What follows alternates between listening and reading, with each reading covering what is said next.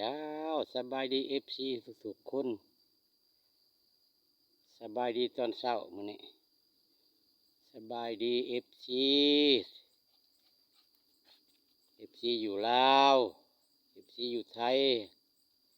ก็สบายดีทั่วโลกเนาะพี่น้องเนาะโอ้มื้อนี้บรรยากาศธรรมชาติยามเช้า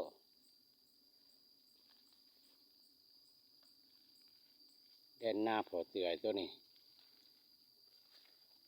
ตัวในน้ำเห็นแต่กระปูตายำๆอยู่ปลาพี่น้องเอ้ยห้วยตัวนี้มีแต่ปลาคอปลาดุกบ่มีปลากั้งห้วยหน้าพอเตื่อยแนงกับปลานี่กับตัวนี้กอหน่อไม้บงบักใหญ่ตัวนี้แม่นางมาเอาไปแกงหลายเถื่อแล้วเนาะในบ่อนี่พอเตื่อยเห็ดหัวนี่เฉพาะปีนี่3 เถื่อแล้วพี่น้องเอ้ยน้ำมาเอาไปเมิดหลักหัวนี่บ้านนี้เน่งเอาน้ำมาจับเอานี่4 ห้าวนี่กันงัวเขาเนาะเอาเบิ่งป่าดอนป่าติ้วที่แม่นางเล่าได้สร้างไว้ลงมาเลี้ยงงัวแหละเพิ่นก็สร้างแต่บ่ได้แล้วดอกพี่น้องเลยว่ายามนี่ต้นไม้ใบหญ้าธรรมชาติมันเกิดหลายเนาะหนาจักตัวใดเป็นตัวใดเพิ่นก็เริ่มสร้างละบ่ทันได้แล้วโอ้มื้อนี้ก็อากาศฟ้าครึ้มคือเก่าพี่น้องเอ้ยคืนนี่ฝนบ่ได้ตก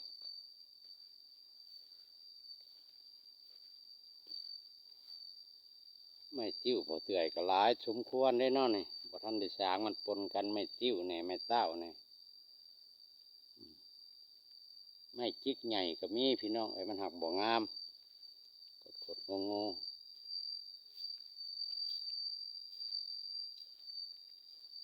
เด็กเป็นเริ่มสร้างขึ้นมาพี่โดนไม่ติ้วตึบๆมันก็สร้างอยู่พี่น้องไอ้เบื้องเน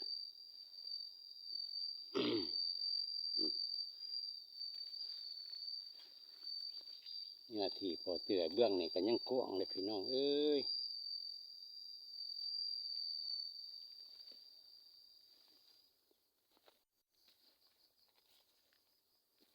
เด็กเป็นสร้างมาเลี้ยงงัวเป็นสร้างเลี้ยงงัวไปนำนะพี่น้องเนาะแล้วก็ไม่ติ้วเมื่อไรไม่จิกน้อยไม่ดูน้อยไม่จิกใหญ่ก็มีพวกพี่น้องทางนี้ก็มีไม่ทมแน่ไม่ซาดไม่ย่อสวลาก็ไม่ติ้วเลยพี่น้องตัวดอนต่อหัวเทียงพอเตื่อยดอนนี่ยังสาวได้เมื่อพี่น้องโอ้ยพอเตื่อยยังหลายบ่อนสาวอยู่หรอกสาวหลายก็เห็ดบ่แตกดอกพี่น้องเอ้ย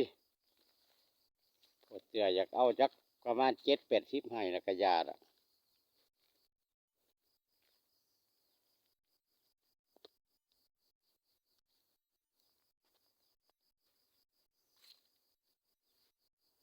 บางบาทก็หุบหูอยู่พี่น้องเลยแต่เว้นอยากออกแต่มันค่าขี้เมฆบังไว้เนาะ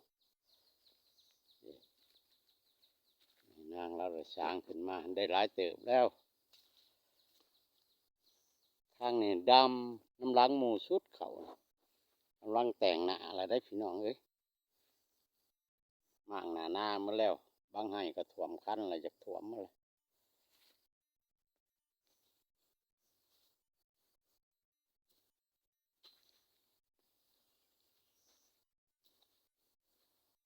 มื้อนี้เห็นแต่เห็ดพี่น้องเอ้ยเป็นว่าเห็ดปวกก็ออกครับพอเตื่อยพอท่านได้หรอกส่วนว่าเห็ดบดเห็ดขาวเห็นหลายอยู่แล้วพี่น้องอยู่น้ำมันหัวหน้าพอเตื่อยพอเตื่อยบ่ค่อยมักกินไปเลยหรอกเพราะว่าเพิ่นบ่ถือกับกระเพาะขณะเช้ามาลูกหลานมาก็ได้บิดใหายอยู่นี่มันเกิดน้ำหูอันตอนเด้อพอเตื่อยสิให้เบิ่งพอเตื่อยพอท่านได้เลาะได้ก็เฉพาะน้ำหูนี่ก็แม่นเฮ็ดนี่พี่น้องอ่อนอยู่แล้วก็ใส่อีก แล้วค้อนจิกค้อนอันนี้นี่แหละ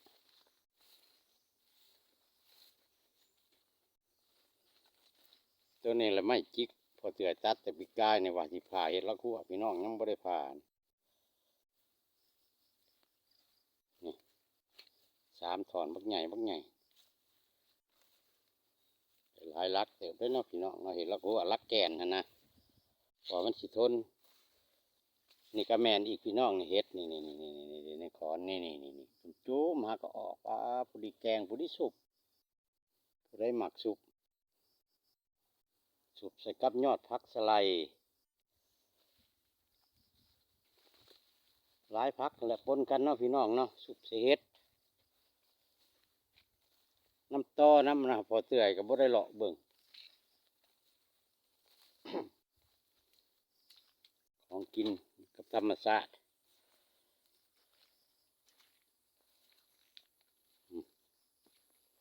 มาหน้ามันแหละพี่น้องเอ้ยทางพี่ก็ได้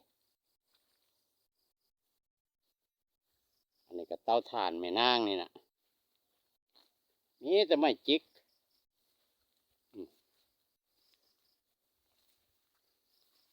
ตัดมาโฮมไว้ของบ่ท่านพ่อเตาดอกในเตาเนี่ยเพิ่นบ่ท่านได้ขวัดพี่น้องเอ้ยเพิ่นอัดล่ะบางทีกินนี่เพิ่นก็ขวัดพอเตื่อยบ่ได้มาถ่ายคลิปให้เพิ่นอันนี้เพิ่นก็อัดไว้ละบ่เกิน2 วันเพิ่นก็ขวัดแล้วนี่อัดเมื่อวานนี่บ่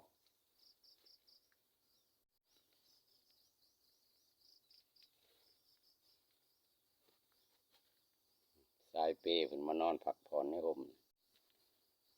อากาศเย็นพี่น้องเลยธรรมชาติโอ้กุกกระทันใบกูดค่ะพี่น้องเอ้ยมันถือควันทาน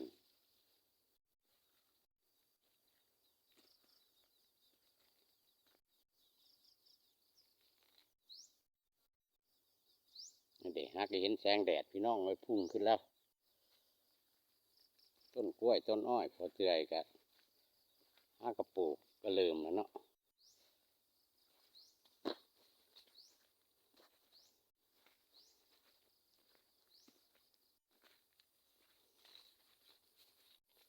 พี่น้องเอ้ยนี่นะดอกดาวเฮืองพอเตื่อยเกี่ยมบ่ทันปีนี่เลยบ่ได้เห็ดจักเพิ่นขายกันกิโลเท่าไรแล้วปีนี่หลายเติบได้นี่พอเตื่อยบ่ได้เห็ดนานบ่ได้เห็ดบ่ได้กล้าพี่น้องข้าแม่นเห็ดท่านโอ้ตกเดือน11 12เนี่ยจังหน่อยกะได้ขายเลยนี่แม่นเมื่อละกกดอกดาวเฮืองเนี่ยเป็นป่าอยู่ตัวใหญ่เนี่ยก็มีตัวยังน้อยก็มีเบิ่งพอเสือว่างๆพอเสือชิมานขุดนานบงใหม่พี่น้องเอ้ยเบิ่งหัวชิงไข่ก็มีแต่ก้อใหญ่ๆกันมีคนสั่งกับผู้และเกี่ยวเข้าผู้และพอเสือชิมัดไปขายก็ใหญ่ๆได้พี่น้องเหมือนว่าได้ปลูกไปแล้วนะผู้ภาคน้องเบื้องน่ะหลายผู้ตั้งแต่บอนพอเสือสาวหน้าจุดหัวเกือบสุดแดนบ่ได้ก็หัวชิงไข่นะ